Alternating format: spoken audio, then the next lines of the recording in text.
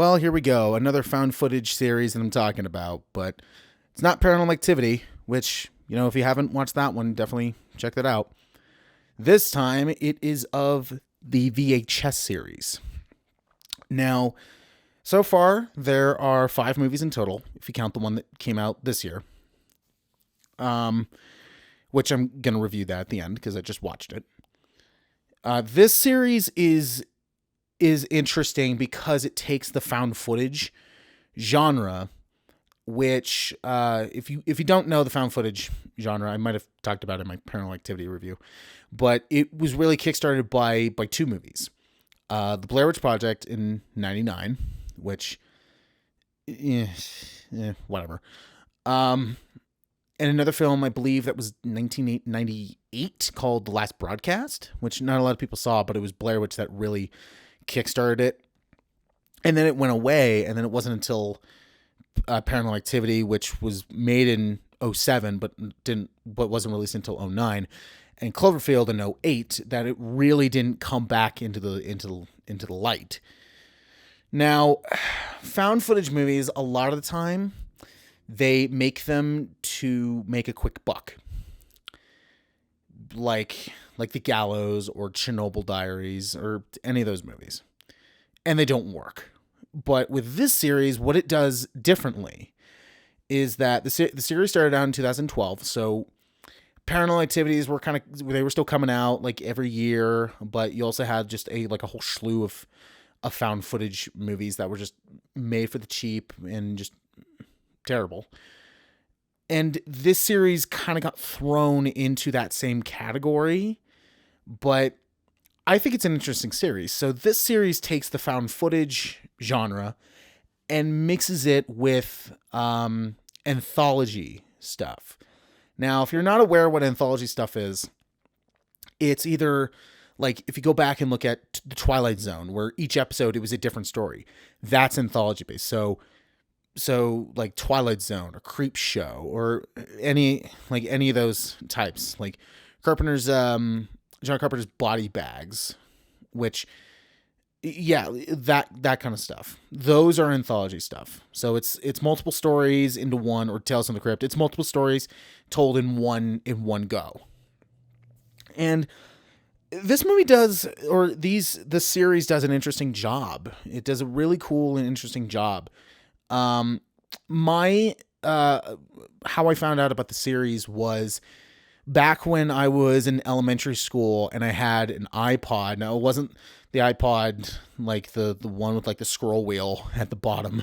No, it was kind of like the iPhone 0.5, where it was like the iPhone mini, where the iPods, that's technically what they were. They were iPhone 0.5s or minis. And I had an app on there that I believe Apple ran that was just called Trailers, or movie trailers or just trailers. And I saw the poster for the first VHS movie. And this is when I was in elementary school, so I wasn't old enough to watch these movies yet. But then I watched the trailer for it, and it was just like, oh, okay. Which was how I found out about the ABCs of Death, another anthology series, which I'll talk about that in a later date, because a lot of the people that directed some of these segments in this series came from that. So that's how I discovered it. And then it wasn't until like years later when I saw, I think it was I forget what channel it was. I think it was but it was like a list of like disturbing movies not to watch by yourself, and VHS 2 was part of that. And I was like, VHS 2, why does that sound familiar? And then I looked it up and I was like, oh, it's that. Okay. So then at the time they only just released the first 3 movies. So I was like, all right, I'll check these out when I get older. And then finally sat down and watched them all, and here we are. So in 2012, we had the first movie.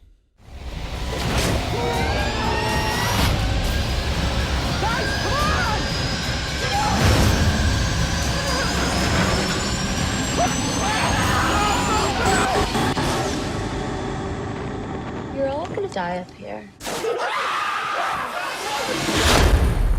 Now, I'm going to go into these, with these movies, I'm going to go segment by segment, just so it's much better. So it's not like scatterbrained. So the wraparound story in this, which is called Tape 56, was directed by Adam Wingard, who, did You're Next, came back to do VHS 2, and also most recently did Godzilla vs. Kong, and is doing the second movie.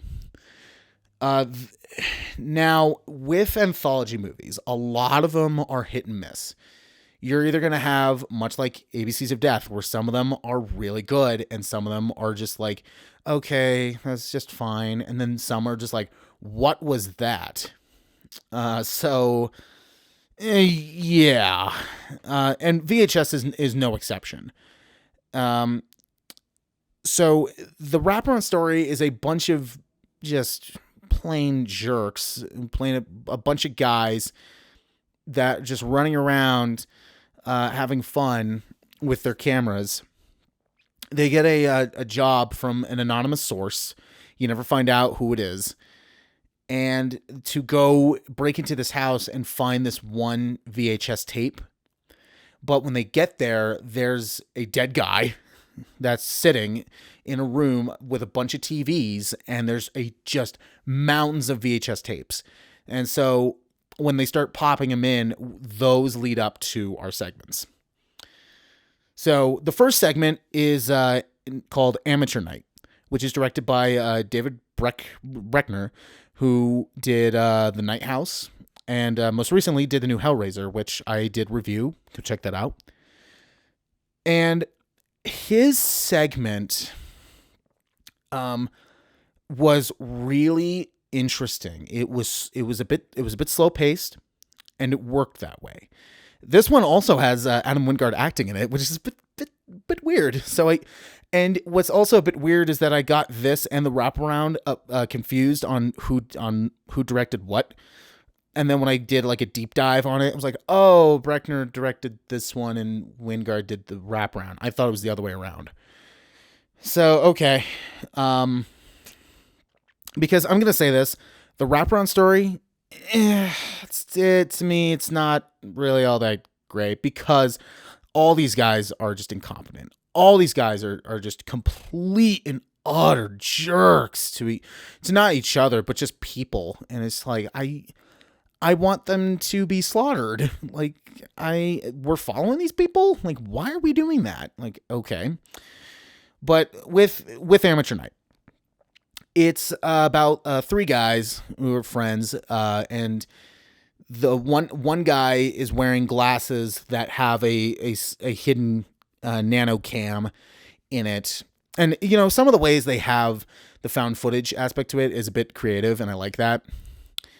So, they then go off to a bar to try to mingle with some women, and guy with the glasses finds a woman who looks just very out of place, looks a bit creepy, and all she's saying is, I like you. So, of course, in your mind, you're going, uh-oh, something ain't right. So it's a bit, it throws you off. Then just after that, just stuff happens. So that's Bruckner's segment, which I liked quite a bit. And then once it was revealed and like what happens in the third act of that segment, it was like, oh, wow. Okay. I like this. So then the next segment is called Second Honeymoon. That is directed by Ty West, who did X, did Pearl, which are just two great movies that I loved this year, and also did The Innkeepers. Now, his segment I was a bit disappointed with because it was like, okay, like, all right. Nothing really happens until the third act, and even then it's very brief. Like, it's kind of like a slow hits, and then it's like, okay, what? There was no meaning to what happened. It wasn't like the first segment where they started building all this stuff up, and then when it drops, it's like, oh. So that was kind of like a hidden plain sight thing, but it was kind of like you knew something was going to happen. with this, it's like, okay, that happened, but why? There's no context. There's no, and that's another thing with anthology stuff, is that a lot of time you're not going to have the best writing because you have about like 20 minutes at least to then put out something.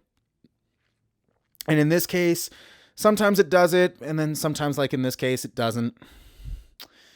And it just, it throws you off. So it's kind of one of those things where it's like, you either go with it or you don't. And even when you go for it, you're just gonna be like, okay, like, all right, whatever. But this one, it's about a couple who are traveling cross country, and they stop, I believe it was Arizona, and they're in like a motel, and they start hearing like noises. They see like a woman outside, like it's creepy, but then after that it just drops something. It's like, oh, okay, but there's no context with that. So I was a bit disappointed with Ty West's segment. Now, the next one, called Tuesday the 17th. To me, I think this was the weakest because of the characters. So this one is about a group of quote-unquote friends, even though they're just not nice to each other. They go off into the woods, and it sets up like a Friday the 13th film, which, you know, is a bit interesting. But then it takes a left turn, and one of the characters is like, "Oh yeah, I brought you all here." It's like, "What? Why would you do that?" And then there ends up being a killer there that when he shows up on screen, it's all static. Okay. Here's the thing. That would have been a cool idea. The problem is that they don't explain how, or like the static killer, they don't really explain any of that. It's not. Now, my theory was you can see this killer through any camera because it's static. But they never explain anything. It's just like, "Oh, you see that?" It's like, what? But how can you see it? It's like, that makes no sense. And the whole character shift, that was just like, so wait a minute, you knew about this, and yet you brought your quote unquote friends up here to die. You're just a terrible person. Like, why would you do that? So this one was directed by a guy named Glenn McQuaid, who did I Sell the Dead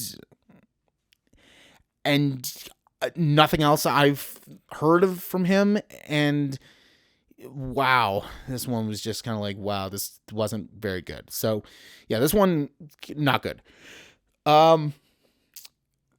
Then we get The Sick Thing That Happened to Emily When She Was Younger. Okay, number one, long title, just way long title.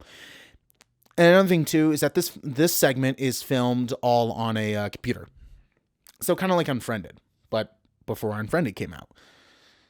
So this one, it's a couple talking with each other, and the woman is in her apartment by herself. She's saying, "Yeah, I'm hearing stuff. I think I'm seeing stuff." And then the boyfriend, or the guy, it's not implied, like boyfriend or girlfriend, it's not implied. It's just, they're just like, okay, we're dating. But he's like way, like miles away, so he can't just hop in a plane or just like drop everything and just drive down. As much as he wants to, he really can't. So, but she starts like hearing stuff around the house and kind of seeing stuff too. And there's a cool moment where she is like, "Okay, look, I hear something, but I want to like make sure you see it too, like you see something."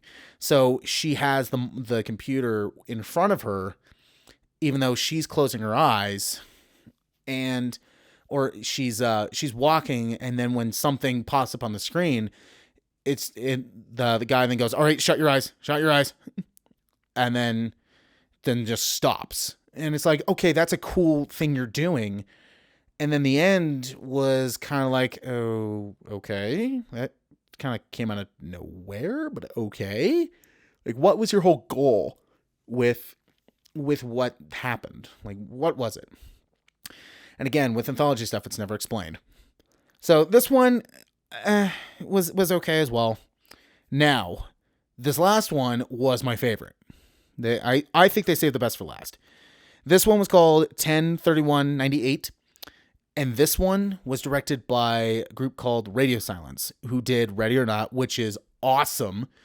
And they also did the newest Scream movie that came out this year. And I believe are doing the new one, doing Scream 6.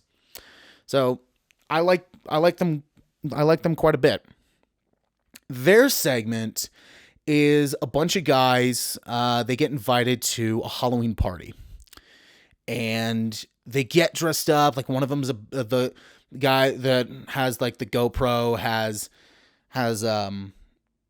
is wearing like a bear outfit. One's like a Marine. One is a pirate. So they end up going to this house, but it's completely abandoned. There's no one there, and yet they're like, oh, this is pretty creepy. And then they start seeing things, but they think it's like cool haunted house stuff, which was kind of cool. And then they soon discover in the attic a bunch of guys about to sacrifice a woman, and they just think it's all part of the act. So it's kind of cool the way they did it. And then once they soon discover, like, oh, this is actually real, then just they throw everything at you. And it's like, dude, this is so cool. So like the house, it's not like the people, it's not like a ghost or stuff. It's the house that just starts going crazy. Like, handprints start getting on the wall, doors and stuff go, like, you see them like moving, like around all over the place. My favorite effect, which is in the trailer, is one of them goes for the doorknob, then the doorknob then yanks out, and then you see the door, like the window on the door start to close, and it's like, oh, that's super cool. And yeah, I was like, dude, that's so cool. And yeah, the ending is a bit like, oh, well, whoops. Okay. So I generally like their segment. Their segment was cool. Overall, the first VHS movie, I think is fine. I think it to me, it gets an average. Now, if I was going to rank each segment, I would go the wraparound, fine. Just plain fine. I think if they did more stupid things, it would have been terrible. Amateur Night, I liked quite a bit. That gets a grade. Second Honeymoon, I think an average. Not the best, but then it wasn't very good either. Tuesday the 17th, fine. The sick thing that happened to Emily when she was younger, average, is a bit on the same level as Ty West's segment.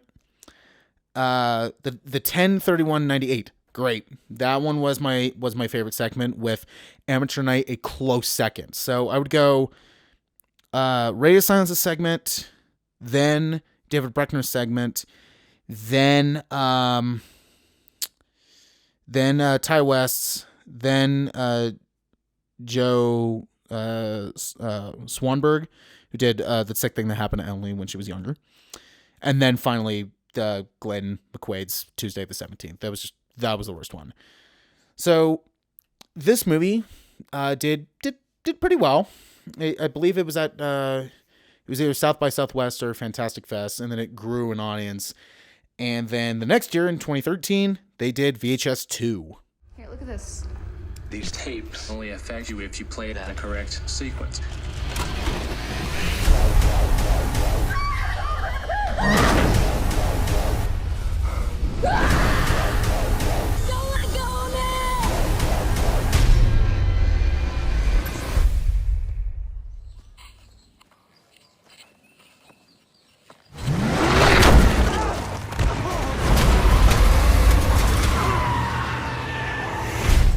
Now we have VHS 2. Now, this one is my favorite of the series, and I'll say why. I liked all the segments in this one, and even the wraparound. The wraparound still had problems, but I liked mostly what it did. So the wraparound in this one is called Tape 49, and this one was directed by Simon Barrett, who did a lot of stuff with Adam Wingard, like You're Next, and also helped out with the first VHS movie. And also returns to do a segment in VHS 94. So it's a bit cool. So the wraparound in this one, instead of I think it was like 5 or 6 guys, this time it's a couple. They get a call or they get a job that from, again, so they get a call, oh my God, bad with words today. They get a job. Wow. They get a job from this woman who says that her son is missing. So they go off to this house and they find a like the same setup from the first movie. And they look through and they see a laptop and it has the kid that they're looking for. And he says, "Yeah, I've been collecting these tapes secretly, and they will affect you if you only play them in the correct sequence." So in this one, we get, instead of 5 segments, we get 4 segments, which ends up helping the pace, because a problem I had with the first movie is that the pacing, it was almost 2 hours long. Yeah, its pacing was off. This one is an hour and a half, and it works better. So the first segment is Phase 1 clinical trials, and this one is directed by Adam Wingard, who did the wraparound story in the first movie, but also, like I previously mentioned, did You're Next and then Godzilla vs. Kong. His segment is a guy who Wingard plays, who got into a car accident, and his eye has pretty much a camera inside of it. And so it was a bit cool the way they did it. So it wasn't a GoPro, it was like a camera, it was like an eye camera.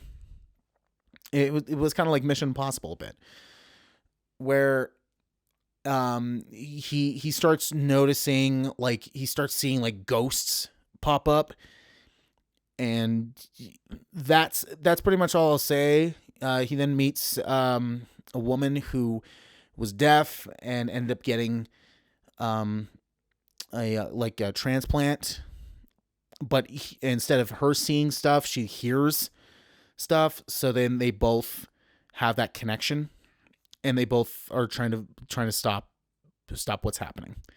That's all I'll say. His segment I really liked. I liked his segment more than his wraparound in the first movie.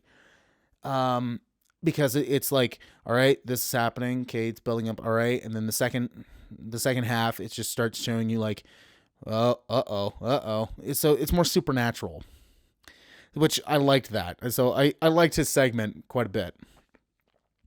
Then the next segment is called A Ride in the Park. This one is directed by Eduardo Sanchez and Gregg Hale, who both worked on the Blair Witch Project.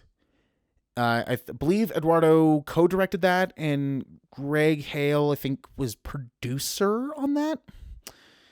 But I'll just say this. Their segment, way better than Blair Witch Project. Hands down. Because Blair Witch Project, I've seen that trilogy, and, maybe I'll do it in the future. But ultimately, I don't like that trilogy, so I don't want to just go on a long tirade and a long rant on why I don't like that trilogy. So, but I don't know. Maybe I'll do it in the future. With that movie, it was, terrible characters. Yeah, they didn't really show anything and was a bit boring. This one, characters from what little character development they gave you, they also give you zombies. They give you gore. They give you like everything. And it's like, see, this is what, like, this is so much better. And also this movie just like, I'll say this, VHS 2 really stepped up with the gore, especially with this one. And then the next segment, which I'm just going to fanboy about that one. But this one, I was like, okay, I was really, really impressed with what they did. And it was just a ride in the park, and then it was kind of in the woods, and then just zombies show up. And then they find a kid's birthday party, and just they go off. So I generally liked this segment. I really liked what they did. Yeah, like I said, this segment way better than Blair Witch Project. To me, Blair Witch Project was just boring. It was really boring. So yeah. Then the next segment is called Safe Haven. And directors of this one are Gareth Evans, who did The Raid 1 and 2. And Tjahjanto, Tjahjanto? I apologize if that's incorrect. It more than likely is. And he did The Night Comes for Us for Netflix, Killers, and then came back to do a segment in VHS 94. So Gareth came from more of an action background, and Timo came from more of a horror background. And this segment combines both action and horror. It starts so this one, it's on a cult, but it is I believe a Japanese cult. I believe. And another thing I liked about this one is that most of this segment is subtitled. And I like that. I liked how, because with cult movies in the past, it always focused on like cults here in America, like stuff like that. But it wasn't like, like this one reminded me of like Serpent in the Rainbow, where they went to, forget where, but they went outside of the US and it was a cult there. So it was really cool to see like cults outside of America. And so this one, it's about a group of people who are kind of doing a documentary about this cult. They don't call themselves a cult like most cults do. They don't call themselves cults. But when they start exploring it, it starts becoming more sinister. And then the third act shows up and they just throw everything at you. And it doesn't stop. It's like, okay, how can we get crazier? Like, all right, this is crazy. How can we get crazier? Screw it. Let's throw this in. Okay, how do we get crazier than that? Let's throw this in. And I loved it. I loved what they did, because I was just going, whoa, that just happened. Whoa, that just happened. And it kept going. It kept building up. And I loved the way they did it, especially the end where there's just one final line. It's just like, well, good for you, dude. If you've seen it, you know what I'm talking about. But it's very much like a, there you go. And I loved this segment. I think it's one of my favorite segments it's my favorite segment out of this movie, but it's one of my favorite segments out of the entire series. So I loved this segment. I absolutely loved it. And it was just so gory. Like, when I actually, a little bit of insight is, I watched this the first time I saw VHS. I watched it on Prime, and you got to see like all that like gross like gore stuff. It was like, ooh, okay. And then I bought it physically, and they show it. But I rewatched these. I showed these to my father, at least the first two, and on this segment they put a filter over a lot of the blood they show, or like the like right as it happens. They show the aftermath, but as it's happening, they put a filter over it, but the filter they put over it was very much like a static filter. Like the camera was screwing up. And I pointed that out and I was like, see, that's a filter where, it made sense the way they put it. And you don't necessarily need to see it as it happens. It's more like, okay, you know what's happening. You don't necessarily need to see it fully happen.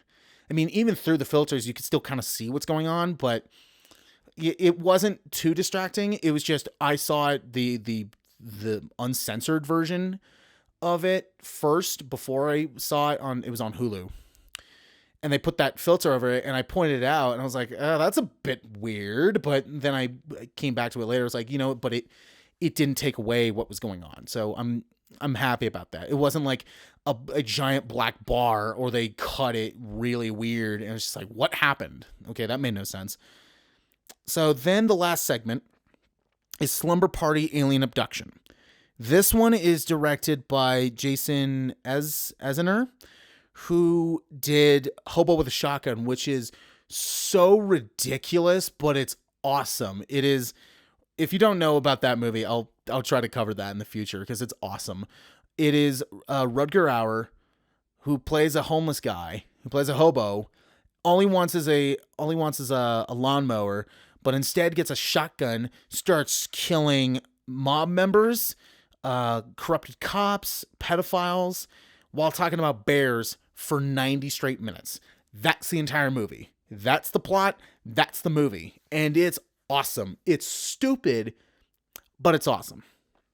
But that's more of like a action exploitation film, where this segment is more of a straight up horror film. It's more of a straight up horror. This one, it gives you a whole bunch of quote unquote friends who are just really mean to each other. And this time, the GoPro is on their little dog. And I'm just going to say this right off the bat. If you're a major dog lover, you are not going to like this one. I'm just going to throw it out. I'll say you're not going to like somewhat what happens. And then the end, you're not going to like it. So there's your warning. So the first time I saw this and it happened, I was like, oh, wow, you guys did that. Oh, man. And every time I rewatch it, I'm just like, God, I don't like seeing that. And so, yeah. So that's your warning. But this one, they're having like pretty much a slumber party. But then throughout the course, they hear a giant train sound effect, but it comes out of nowhere. So they're just talking. It's all quiet. And then you hear burn. Like you hear a train and then lights start happening. It's like, whoa, okay, that just happened. And they live nowhere near train tracks. So it's very weird. And it's like, okay, what's going on? And then the aliens, when they show it, it kind of reminds you a lot of Signs. But this time, it doesn't really look out of the ordinary. And they're not their weakness is in water. So that's a plus. And yeah, it was creepy the way they did it and the way they use sounds. It's just like, okay, I like this one.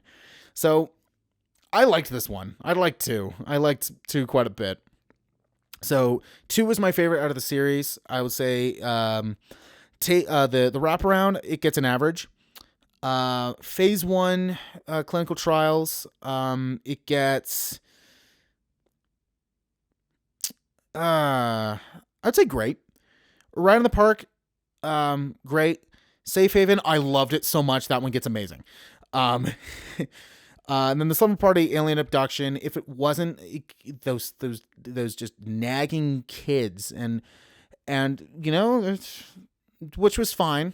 I think this one I liked quite a bit, so I give it a grade. So overall, 2 I think gets a grade because I really liked this one. Then this one was received well. It was received well and did better than the first movie. Then they came back the next year, in 2014, and did VHS Viral.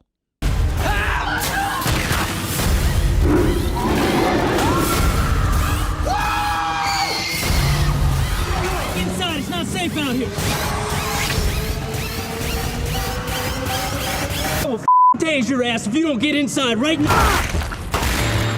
Now we get to the worst one. Oh boy. Okay. VHS viral in 2014. Now, this movie, unlike 1 and 2, where they go to the house and then there's a whole bunch of VHS tapes. No, this one, it's instead all online. Okay, so... okay. As you can tell, as you can hear, I did not like this movie one bit. Okay, so the wraparound story called Vicious Circles was directed by Marcel Sarmiento, who did Totem and a segment in ABCs of Death. Like I said, the VHS and ABCs of Death series are kind of connected in that they're both anthology pieces, and a lot of these directors did both those movies. But also didn't help that the series and that series were both published by Magnet Releasing. Okay, so the wraparound story kind of sucks. It's about a guy whose girlfriend just seemingly gets lost, and so he has to try to find her. As he's doing so, there's an ice cream truck being pursued by police, and he's trying to follow it to pursue viral fame. Oh my god. Okay. Then it kind of gets dumber and dumber until it gets to the end. It was like, what was your goal here?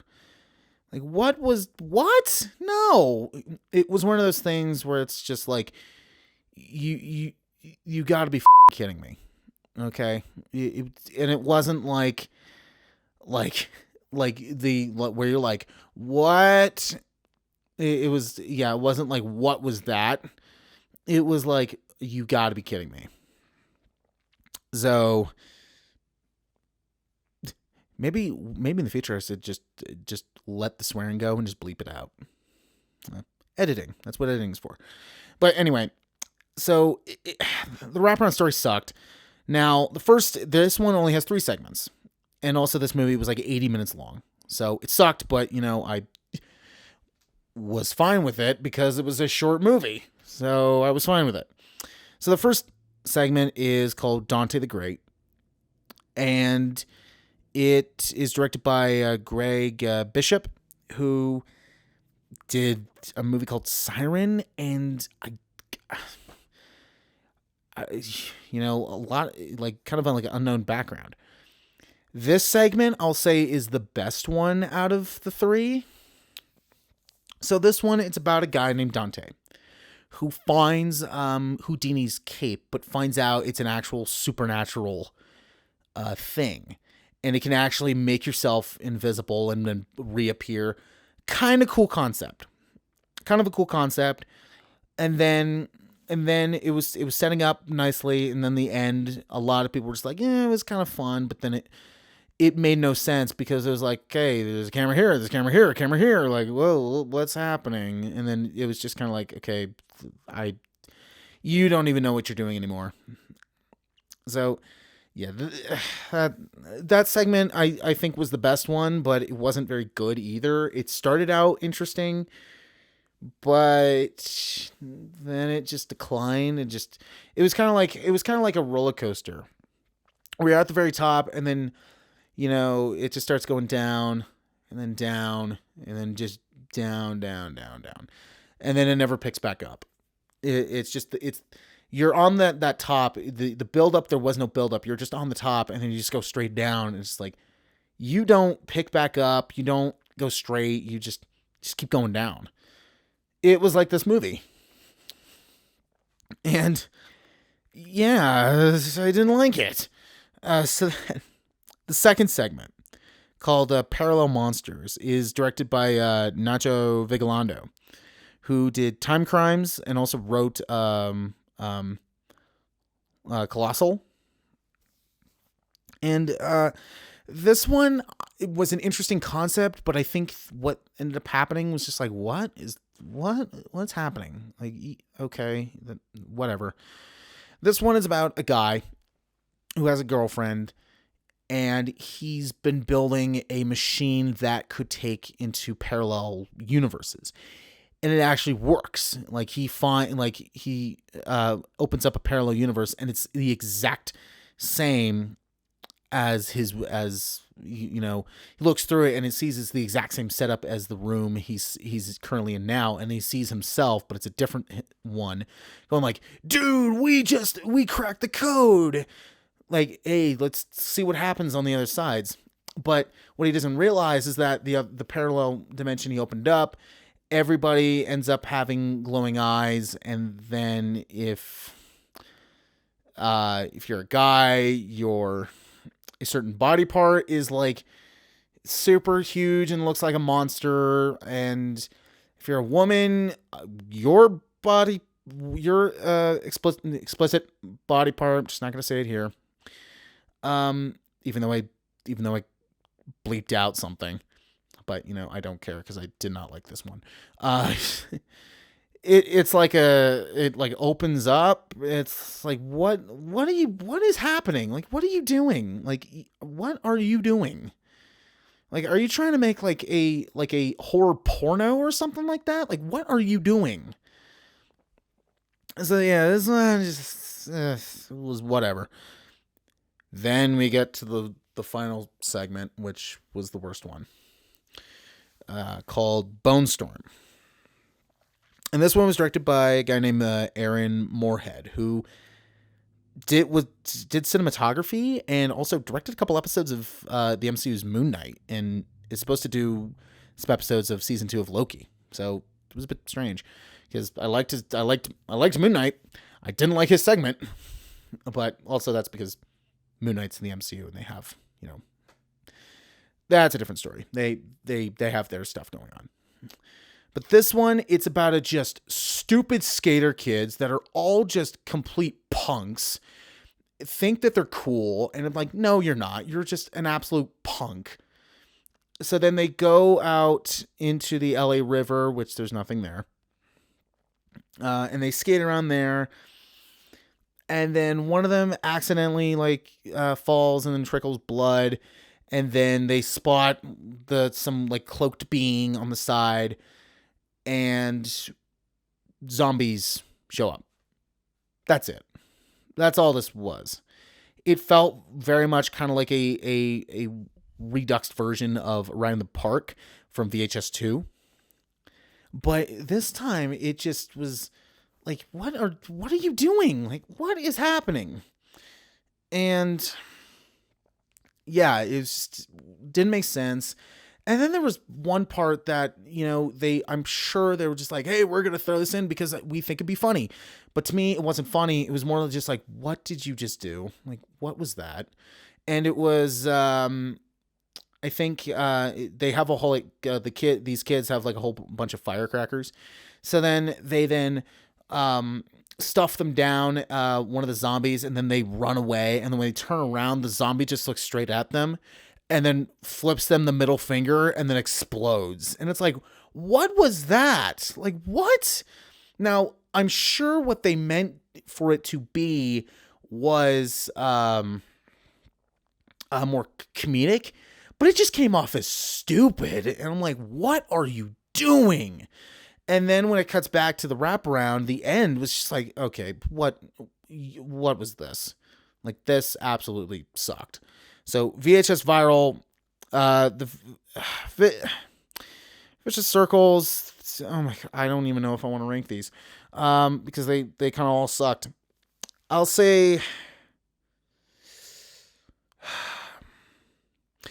the wraparound, fine, because the beginning was a little interesting. Then it just started getting stupider. Dante the Great, fine, because I like the concept, but everything around it was just kind of like, okay, I don't know what you're doing. Parallel Monsters, I'm caught between fine and terrible. I think it gets a fine because, again, the concept was interesting, but then the execution was like, what are you guys doing? But then Bone Storm, terrible. Absolutely terrible. Honestly, VHS Viral, it's the worst one. to me. I did not like this movie, so it gets terrible. Hated it. So then, after this movie, Magnet releasing was like, we're not going to make any more money on these because this movie didn't do well. But a lot of fans who liked like 1 and 2 were like, well, we want to see more of these. And also, another thing about the series that I really like is that it feels very independent. So independent filmmakers coming in and doing their segments. I like that. Until 2021 showed up. And Shudder, now coming into the light with being pretty much the Netflix for horror stuff, and they started doing more exclusive stuff and original content, said, okay, we'll pick up the rights and we'll make more. And I'm super glad they did, because in 2021, we got VHS 94.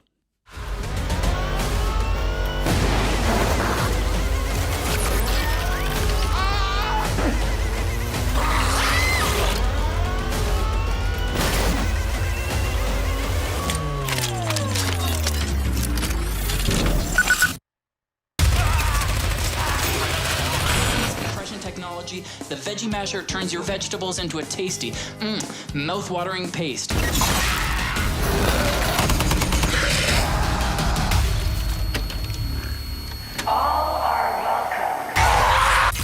VHS 94, it was a really nice return to the series. So originally, just the VHS, it was supposed to be just 1, 2, and then Viral was just supposed to be a trilogy. But then they were like, okay, we want to make more of these. Because also the fans want more. Because there a lot of people were just like, are they going to make another one? Like, is another one coming? And they've been kind of secretly going like, we don't know if we're going to do another one. So then Shudder picked up the rights and said, okay, we'll make more. And so they did. They started last year with VHS 94. Now, I'll say this. The wraparound story named Holy Hell, it started out interesting, and then throughout the course of the movie started kind of going downhill until the end showed up. And it, again, much like what happened with VHS Viral with that wraparound story, it's like, you gotta be kidding me. You know what? Screw it. I'm just going to say it and bleep it. It was, you gotta be kidding me. So, made no sense. But it was an interesting wraparound. It was set in 1994, and it was, which then makes more sense for the VHS style, which made more sense. Something that I think 1 and 2 didn't really do all that well, because some of that stuff is just like, this is digital. How did this get on a VHS tape? Okay, that makes no sense. But like I said, with anthology stuff, you either go with it or you don't. And then Viral was just like, you know what, screw that whole VHS thing. It's gonna be on like YouTube videos. So I'm glad that they went back. They took it back and made the VHS thing actually make sense. For it to be on VHS tapes, it actually made more sense that way. So the director of the wraparound story, named Jennifer Rader, did Knives and Skin, A Million Miles Away. Never heard of those. So then it leads into our segments.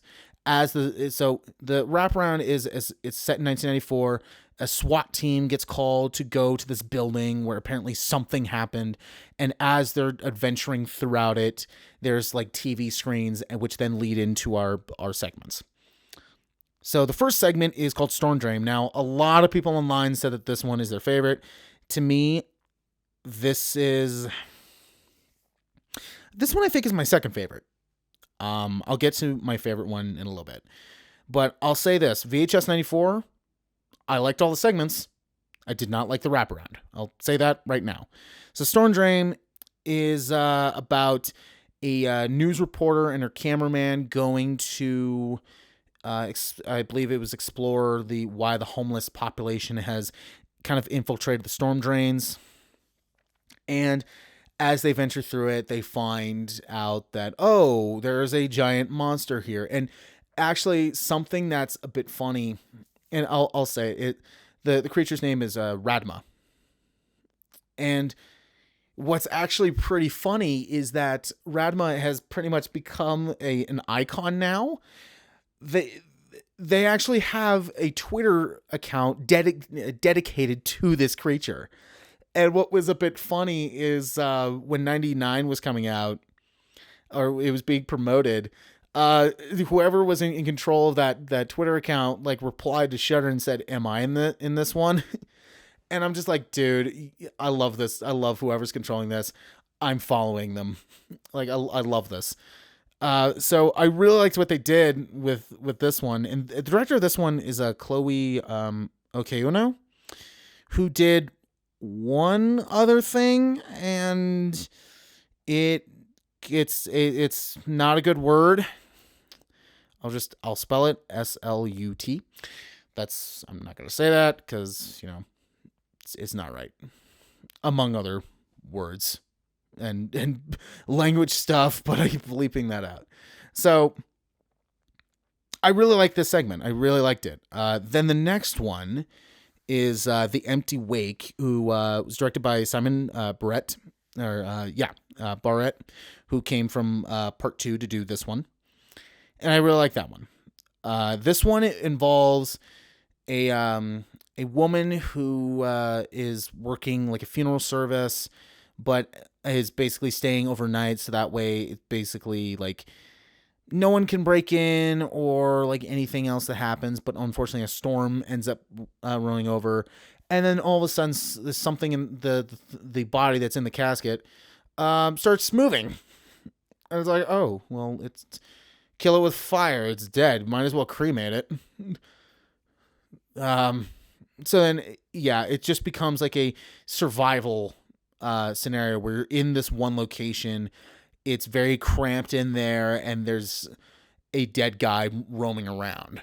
So I was like, all right. But I liked what they did. It was very suspenseful. And I liked what they did. The character, it was like, all right, you kind of were just thrown into this. So that sucks. So you want to see them succeed. You want to see them survive. Besides, you don't know if this person who's dead, you don't know if they want to eat your brains or they're just crying out for help. You don't know. You just immediately in your brain, you think there's a corpse that is dead, but it's moving and it's walking. No, I'm just immediately going to go, yeah, nope, I'm out of here. So, yeah.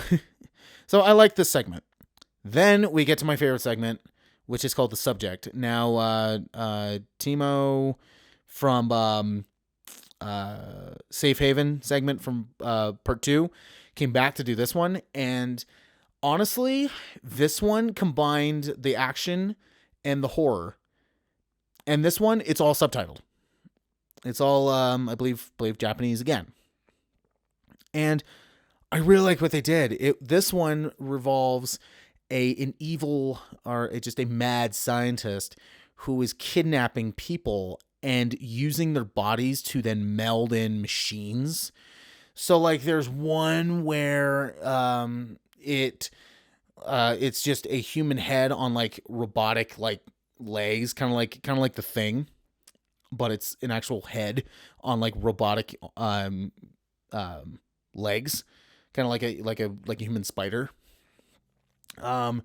There's just it was just really inventive the way they used the machines and the human body to then meld together.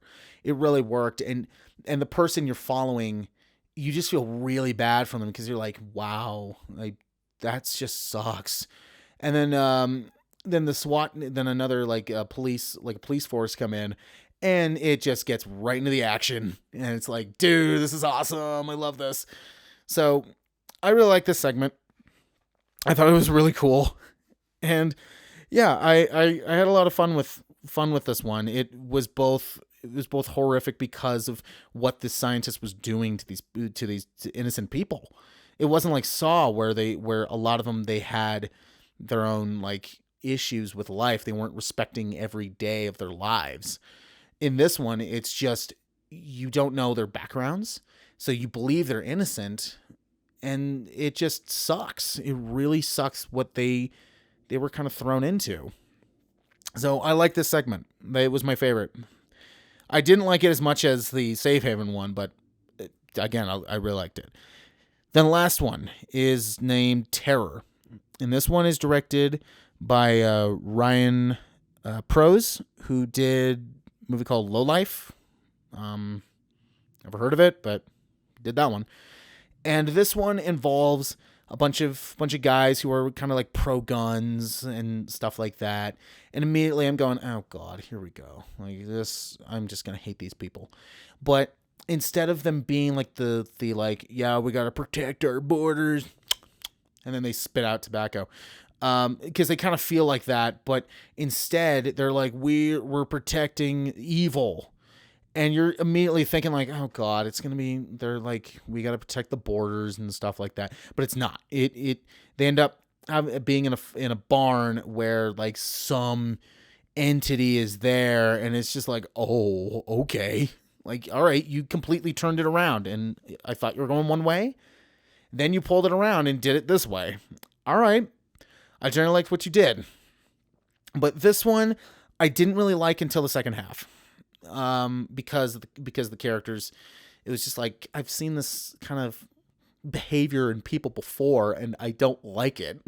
It's like, can you please stop that? So, but then when it hits the second half and it throws you off on what they're actually trying to fight, it's like, oh, okay, see, that's better. So I was pleasantly surprised with VHS 94. Like I said, I liked all the segments. I did not like the wraparound. With the wraparound, Storm Drains gets a great. The Empty Wake, I think, gets an average. The Subject gets a great. Terror, I think, gets average. Holy Hell, fine. Because I did like the way it was set up and the way they were going through it, and it was just the end that just dropped the ball, and it was just like, what was that? Like, are you serious? So, yeah. But VHS 94 did pretty well. It was very successful, and people were saying, is there going to be another one? Then, this year, they then released VHS 99. And welcome back! This is a very special episode. Spend the night in a coffin. Lily! Lily! The faster you breathe, the faster you use up your air, so you can't panic.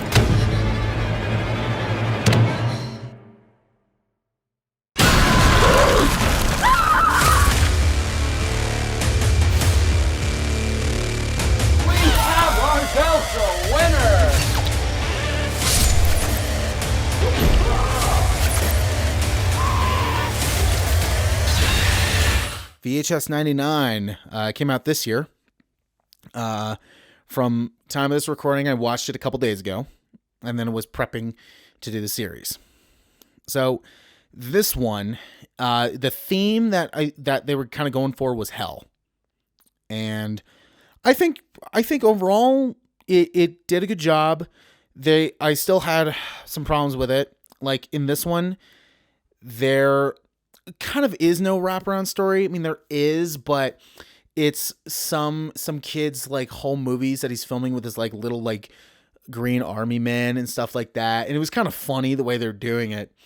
Like there was one part where the way he was shooting it was army man gets like kind of torn in half, and you kind of see like the fake blood, and then two other little army men show up and go like, oh, don't worry, you're gonna be okay. I can see the light. And like, oh no, you'll be yeah, I don't think you'll be okay. No, don't worry, you'll be okay. And then they die, and then it's like, oh shoot, he died.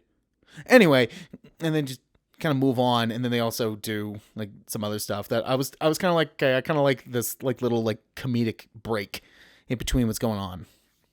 But even then, that's not really a wraparound. It felt more like cutscenes, where it was like, we're just going to show this for a minute, and then it moves on to one of the segments.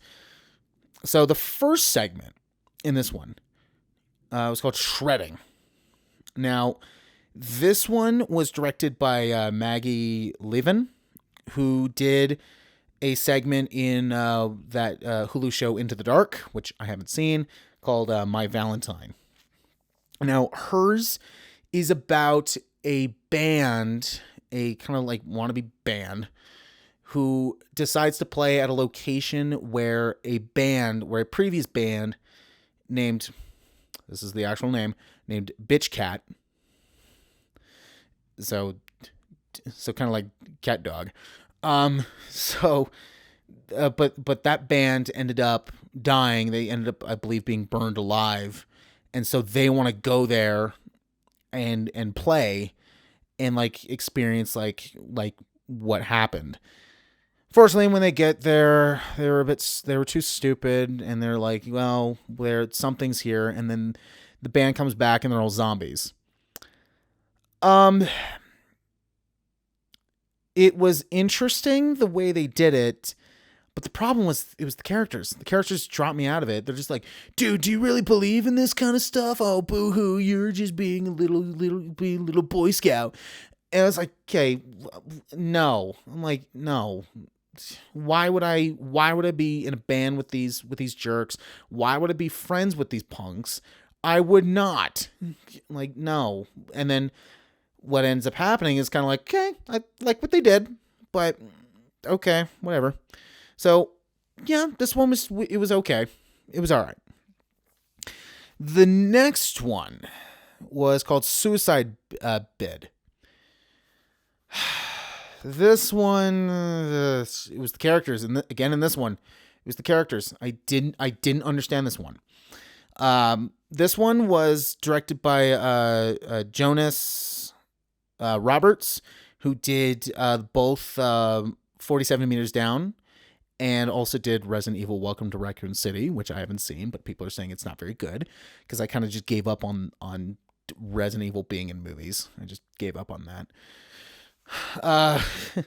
But his segment, it's about a college girl who really so badly wants to get into her sorority because she feels like if she doesn't get into a sorority, she'll be an outcast. First of all, there's nothing wrong with being an outcast. You don't have to be in the same boat as everybody else does. Being normal is boring. I'll just say that.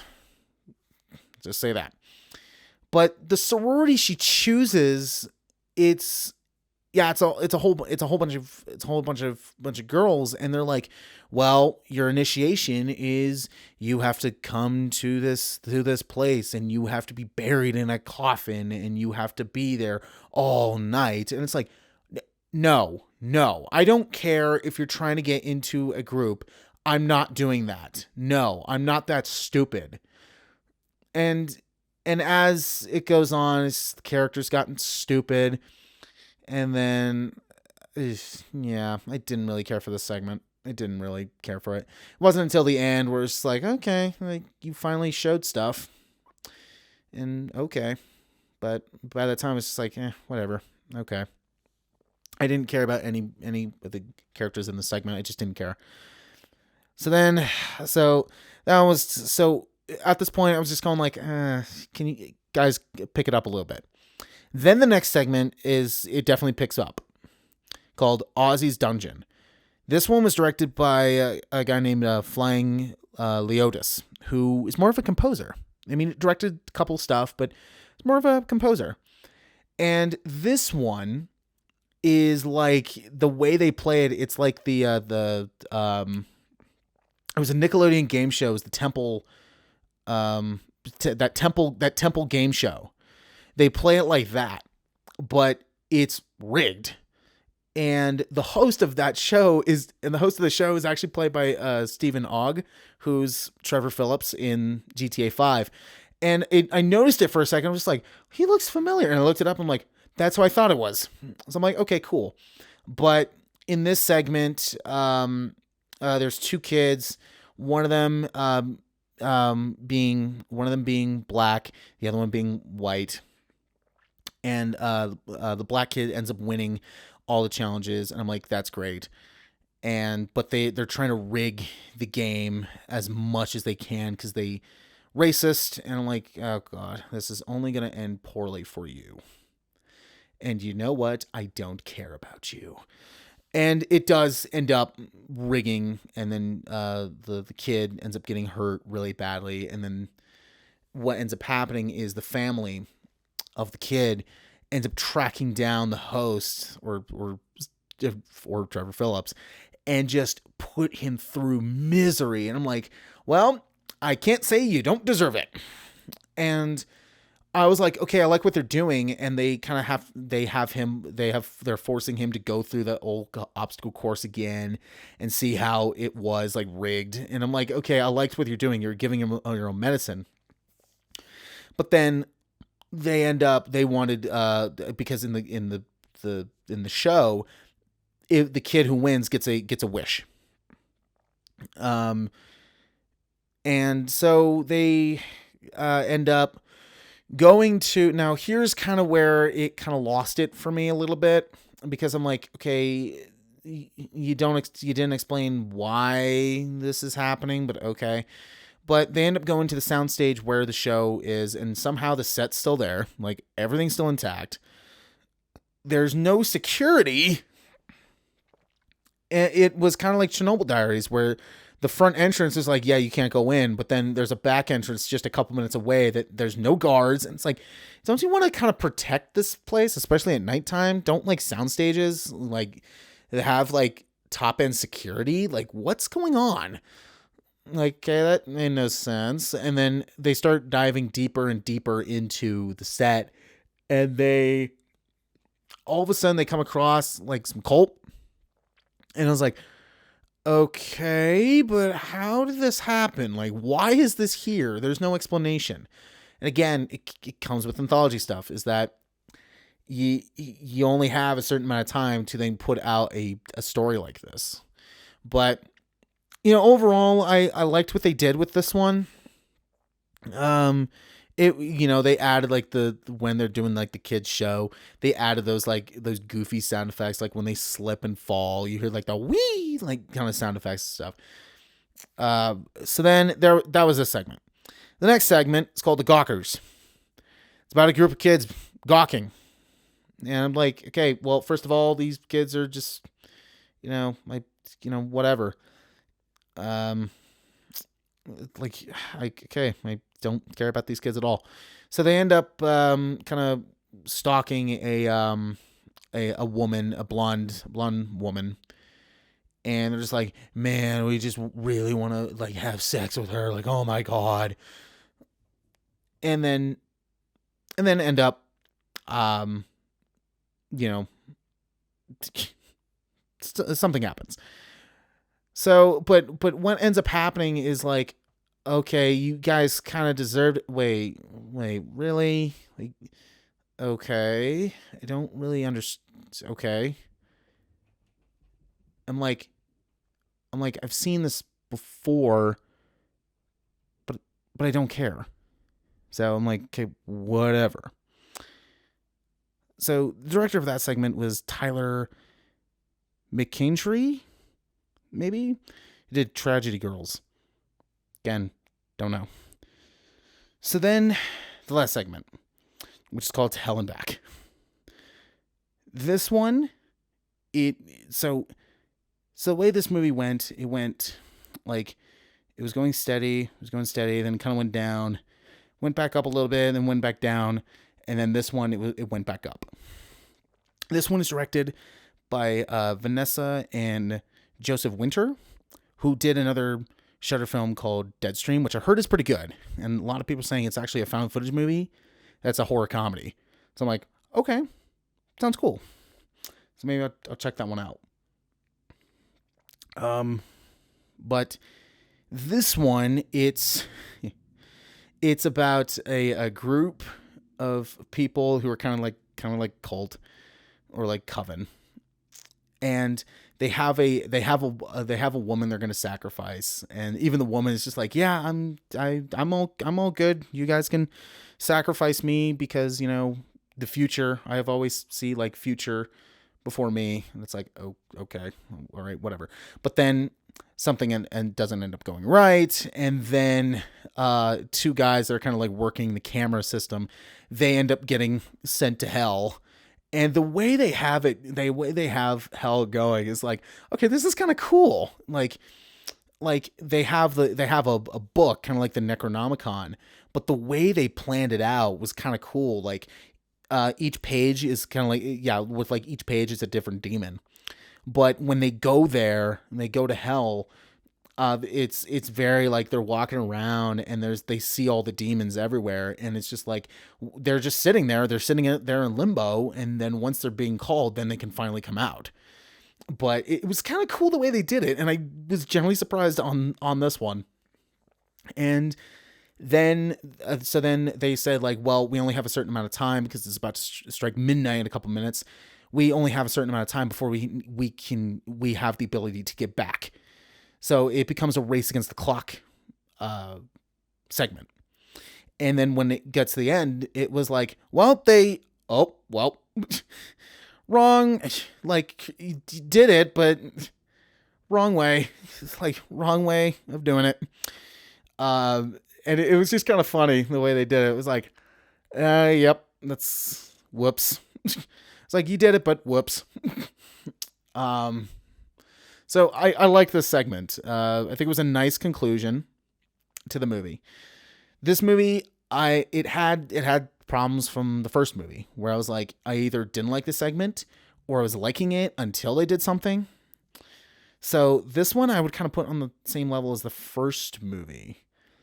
So this one, I would say Shredding gets average. Suicide Bed gets fine. I didn't really care for that one. Ozzy's Dungeon, average. Gawkers, fine. To Hell and Back, I think it's a great. So overall, I think VHS 99 gets a grade. And there you have it. Here's the VHS series. So to recap, the first VHS gets average in total. VHS 2, great. VHS Viral, terrible. VHS 94, great. And then VHS 99, average. And they've already announced a sixth movie coming out next year, which is VHS 85.